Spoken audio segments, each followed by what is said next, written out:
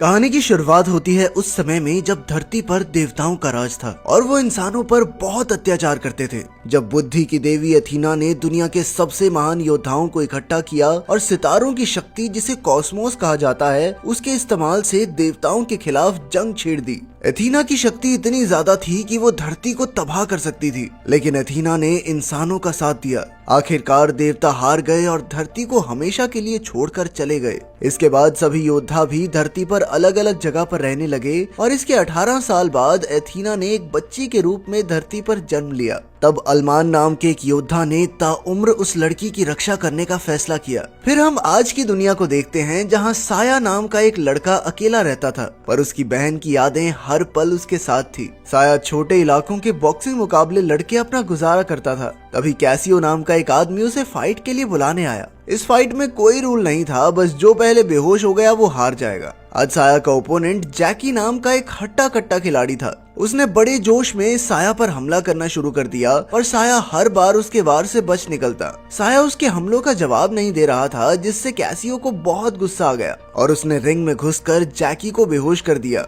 और फिर खुद साया से लड़ने लगा। उसने साया को बहुत बुरी तरह पीटा, जिससे वो बेहोश होने ही वाला था कि अचानक उसे अपनी बहन का चेहरा याद आ गया और उसके शरीर से सितारों की शक्ति यानी कॉस्मोस निकलने लगी। उस पल साया के अंदर मानो पूरे ब्रह्मांड की शक्ति आ गई हो। वो कैसियो को एक ही लात में चित करके वहां से बाहर आ गया। जैसे ही वो बाहर निकला तो योद्धा अलमान उसका इंतजार कर रहा था। अलमान ने उसे कहा कि फाइट के दौरान उसे जो शक्तियां मिली इसकी खबर गरुड़ तक पहुंच गई होगी और वो अपनी फौज के साथ जल्द ही उसे लेने आ जाएगी। असल में गरुड़ अलमान की पत्नी थी, जो धरती पर मौजूद कॉस्मोस शक्ति वाले योद्धाओं को इकट्ठा करना चाहती थी। अब अलमान ने साया को अपने साथ चलने को कहा, पर तभी वहाँ गरुड़ के आदमी आ गए। अलमान और साया वहाँ से भागे और अलमान के साथ ही माइलॉक ने गार्ड के आदमियों पर हमला कर दिया, लेकिन उन पर गोलियों का कोई असर नहीं हुआ। खैर, अलमान और उसके साथी वहां से भाग निकले और पीछे गरुड़ की फौज उन पर मिसाइल से हमला करने लगी। असल में वो साया के पीछे पड़े थे, पर खुशकिस्मती से वो एक सुरक्षित जगह पर आकर रुक गए। साया को कुछ समझ नहीं आ रहा था और तभी अचानक माइलॉक ने उसे एक इंजेक्शन से बेहोश कर दिया। इससे साया एक बार फिर से बचपन में चला गया, जहाँ वो अपनी बड़ी बहन पेट्रिसिया के साथ था।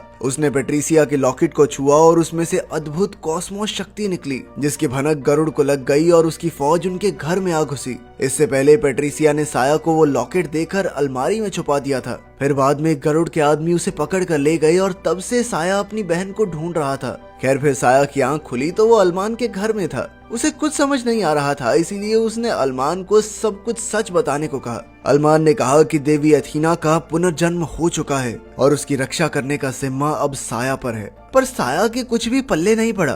तब अलमान ने कहा कि गरुड़ ने बचपन में ही साया की कॉस्मोस शक्ति पहचान ली थी और उसकी बहन ने खुद गरुड़ के साथ जाकर साया की जान बचाई। तभी वहाँ सायाना नाम की एक लड़की आई, जो असल में देवी अथीना का पुनर्जन्म थी। अलमान ने बताया कि गरुड़ सायाना को मारकर उसकी शक्तियाँ छीनना चाहती है, मगर साया को उनकी किसी बात पर विश्वास नहीं था। खैर, बाद में खाना खाते हुए अचानक चारों ओर अंधेरा हो गया और सायाना के शरीर से कॉस्मोस की जबरदस्त शक्ति निकलने लगी। तभी अलमान ने वहां आकर साया को सायाना से दूर किया, क्योंकि एक देवी की शक्तियां अगर बेकाबू हो गई तो आसपास का सब कुछ तबाह हो सकता है। तब ये भी खुलासा होता है कि कैसियो असल में गरुड़ का ही आदमी था और उसने ही गरुड़ को बताया था कि साया के अंदर कॉस्मोस शक्तियां हैं। उधर सायाना और साया बातें कर रहे थे तो सायाना ने उसे बताया कि बचपन में अलमान और गरुड़ ने उसकी जान बचाई थी। अलमान ने उसे पिता की तरह पाला पोसा, पर गरुड़ को लगता था कि सायाना के अंदर अथीना की शक्तियां हैं जो पूरी धरती को तबाह कर सकती हैं। इसीलिए उसने अलमान को धोखा दिया और अपनी फौज बनाकर सायाना को मारने की कोशिश में जुट गई।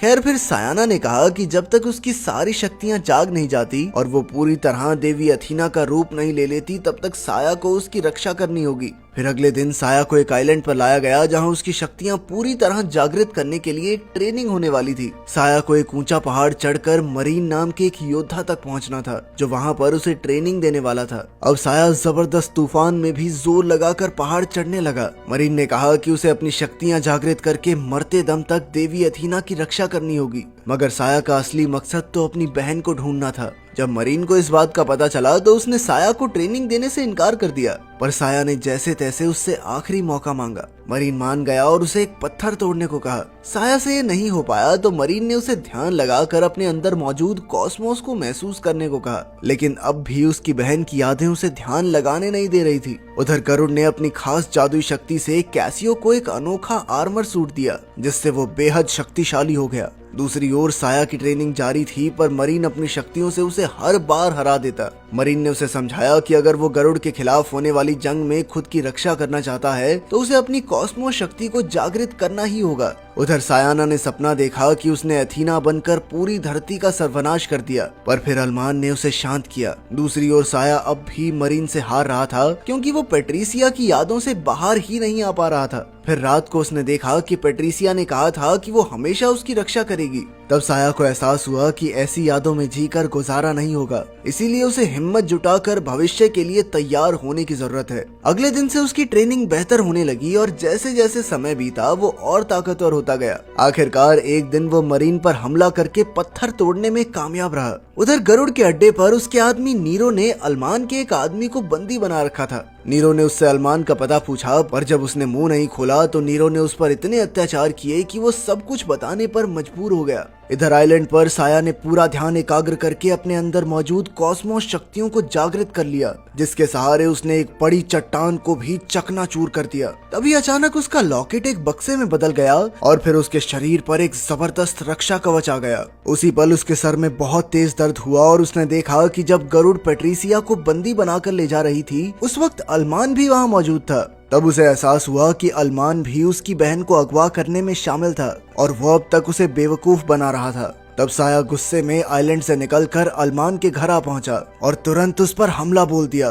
उसी वक्त माइलॉक और सायाना ने अल्मान को बचाया और सायाना साया को लेकर बाहर आ गई। उसने साया को बताया कि अल्मान ने पेट्रिसिया को सिर्फ सायाना की खातिर अगवा किया था। असल में बचपन में सायाना अपनी कॉस्मोस शक्तियों पर काबू नहीं रख पाती थी और उसने गलती से अपनी माँ गरुड़ को जख्मी कर दिया था। तब अल्मान ने एक सुनहरे आर्मर के जरिए गरुड़ को ठीक किया। तब से गरुड़ को जिंदा रहने के लिए धरती के सारे योद्धाओं की कॉस्मिक एनर्जी की जरूरत पड़ती थी। उस दिन से गरुड़ ने योद्धाओं की कॉस्मिक शक्तियाँ छीननी शुरू कर दी। इसके बाद जब बचपन में साया के शरीर से वो शक्तियाँ निकली तो पेट्रिसिया समझ गई कि उसके अंदर जरूर कोई अद्भुत ताकत है। गरुड़ को भी शक्ति का एहसास हो गया, इसीलिए वो उनके घर आ गई और तब पेट्रिसिया ने साया की जान बचाने के लिए खुद को गरुड़ के हवाले कर दिया। मगर गरुड़ को बाद में पता चला कि पेट्रिसिया के अंदर तो कोई ताकत थी ही नहीं। इसके बाद पेट्रिसिया भी कभी लौटकर साया से मिलने नहीं आई, क्योंकि गरुड़ की फौज की नजर हमेशा उस पर रहती थी। अगर वो साया से मिलती तो उसकी जान खतरे में पड़ सकती थी। फिर सायाना ने कहा कि गरुड़ को लगता है कि सायाना बड़ी होकर देवी एथीना बनकर धरती का सर्वनाश कर देगी, पर अल्मान ने हमेशा सायाना की गरुड़ से रक्षा की। अब सायाना को डर था कि जब वो देवी एथीना का रूप लेगी तो वो खुद पर काबू न रख पाई तो क्या होगा। इसीलिए उसने साया से वादा करने को कहा कि चाहे मुझे मारना पड़े पर तुम धरती को जरूर बचाओगे। तभी अचानक साया और सायाना ने देखा कि गरुड़ की स्पेसशिप अल्मान के घर की ओर बढ़ रही थी। वो तुरंत अल्मान के घर की ओर दौड़े। उधर माइलॉक ने अल्मान को बताया कि गरुड़ उस पर हमला करने आ रही है, इसीलिए उसे जल्द से जल्द यहाँ से निकलना होगा। तभी एक जबरदस्त धमाका हुआ और गरुड़ की फौज अल्मान के घर में आ घुसी। माइलॉक ने उसकी स्पेसशिप तबाह करने की कोशिश की, पर गरुड़ के आदमी उस पर भारी पड़ गए। फिर गरुड़ अल्मान से मिली और उससे सायाना के बारे में पूछने लगी। अल्मान ने उसे विश्वास दिलाने की कोशिश की कि सायाना कभी धरती का सर्वनाश नहीं करेगी। वहीं दूसरी ओर जैसे ही साया और सायाना वहां पहुंचे तो गरुड़ की फौज से उनकी टक्कर हो गई। अब साया का सामना कैसियो से होना था, पर वो ऐन वक्त पर अपनी शक्तियों को जागृत नहीं कर पा रहा था। तब कैसियो ने मौका देखकर उसे बहुत बुरी तरह पीटा। उधर जब गरुड़ पर अल्मान की बातों का कोई असर नहीं हुआ तो उसने घर में धमाका करके गरुड़ को मारने का फैसला किया, पर गरुड़ ऐन वक्त पर वहां से भाग निकली और अल्मान की मौत हो गई। फिर गरुड़ के आदमी सायाना को बंदी बनाकर अपने साथ ले गए। वहीं साया भी बुरी तरह जख्मी हो गया था। कुछ समय बाद सायाना की आंख खुली तो वो गरुड़ के कब्जे में थी। अब गरुड़ ने कहा कि उसे धरती की रक्षा करने के लिए अपनी बेटी सायाना की बलि देनी होगी। फिर उसने नीरो को प्रक्रिया शुरू करने को कहा। उधर साया को बहुत पछतावा हो रहा था, क्योंकि वो सायाना की रक्षा नहीं कर सका। तभी अचानक उसे दिखाई दिया कि बचपन में उसने अपनी बहन को वापस लाने की कसम खाई थी। इसके बाद माइलॉक वहां आया और वो दोनों सायाना को बचाने निकल पड़े। जब वो गरुड़ के अड्डे के करीब थे तो रेडार पर उनकी स्पेसशिप पकड़ी गई, इसीलिए अब बचने के लिए साया को स्पेसशिप से कूदना होगा। जैसे ही वो कूदा तो उसने अपने सुरक्षा कवच को जागृत कर लिया, जिससे वो सही सलामत नीचे पहुंच गया। फिर उसने गरुड़ के सभी फौजियों की हड्डी पसली एक कर दी और अंत में कैसियो भी उसके हाथों मारा गया। उधर सायाना का अंत नजदीक था और उसी पल गरुड़ को एहसास हुआ कि वो गलत थी। उसने नीरो को प्रक्रिया बंद करने को कहा, पर नीरो नहीं माना। तभी उसने फीनिक्स योद्धा का रूप ले लिया। गरुड़ ने उसका मुकाबला करने की कोशिश की, पर वो एक पल भी नहीं टिक सकी। वो गरुड़ का काम तमाम करने ही वाला था कि साया वहां आ पहुंचा और दोनों योद्धाओं के बीच जबरदस्त युद्ध शुरू हो गया। उसके हमले इतने खतरनाक थे कि आसपास की बिल्डिंग्स तक तबाह होने लगी। उधर गरुड़ ने जैसे तैसे सभी मशीन्स बंद करके सायाना की जान बचाने की कोशिश की, मगर उसी पल चारों ओर तेज रोशनी का प्रकाश हुआ और सायाना के शरीर ने देवी अथीना का रूप ले लिया। फीनिक्स योद्धा ने उस पर वार करने की कोशिश की, पर अथीना ने उसे हवा में उड़ा दिया। अथीना की शक्तियां इतनी ज्यादा थी कि सायाना अपने आप पर काबू नहीं कर पाई और जल्द ही उसके आसपास की दुनिया नष्ट होने लगी। उसकी बढ़ती शक्तियों से धरती सर्वनाश की ओर बढ़ रही थी कि तभी साया को अपना वादा याद आया और उसने सायाना से कहा कि तुम्हें अपनी शक्तियों पर काबू करना होगा, ठीक वैसे ही जैसे तुमने देवताओं के खिलाफ युद्ध में किया था। उस युद्ध में जैसे तुमने इंसानों की रक्षा की थी, ठीक वैसे ही तुम्हें खुद पर काबू करके आज पृथ्वी को बचाना होगा। ये सुनकर सायाना को अपनी असली कहानी याद आई और वो अपनी शक्तियों पर काबू करने में कामयाब रही। आखिरकार तूफान थम गया और साया ने उसे अपनी बाहों में उठा लिया। फिर सायाना अपनी माँ गरुड़ के पास गई, जो अपनी आखिरी सांसें गिन रही थी। गरुड़ ने उससे माफी मांगी और बदले में सायाना ने अपनी कॉस्मिक शक्तियों से उसे ठीक कर दिया। उसने कहा कि अब वो अपनी शक्तियों पर काबू करना सीख गई है। उधर माइलॉक और नीरो भी जिंदा बच गए थे। फिर अंत में सायाना ने साया से कहा कि देवताओं तक भी खबर पहुंच चुकी होगी कि एथीना जाग चुकी है और वो दोबारा इंसानों पर हमला जरूर करेंगे। इसीलिए उन्हें धरती के सभी योद्धाओं को इकट्ठा करना होगा ताकि वो देवताओं का सामना कर सकें। अगर वीडियो पसंद आई तो लाइक कर देना, चैनल को सब्सक्राइब कर देना। मिलते हैं अगली वीडियो में।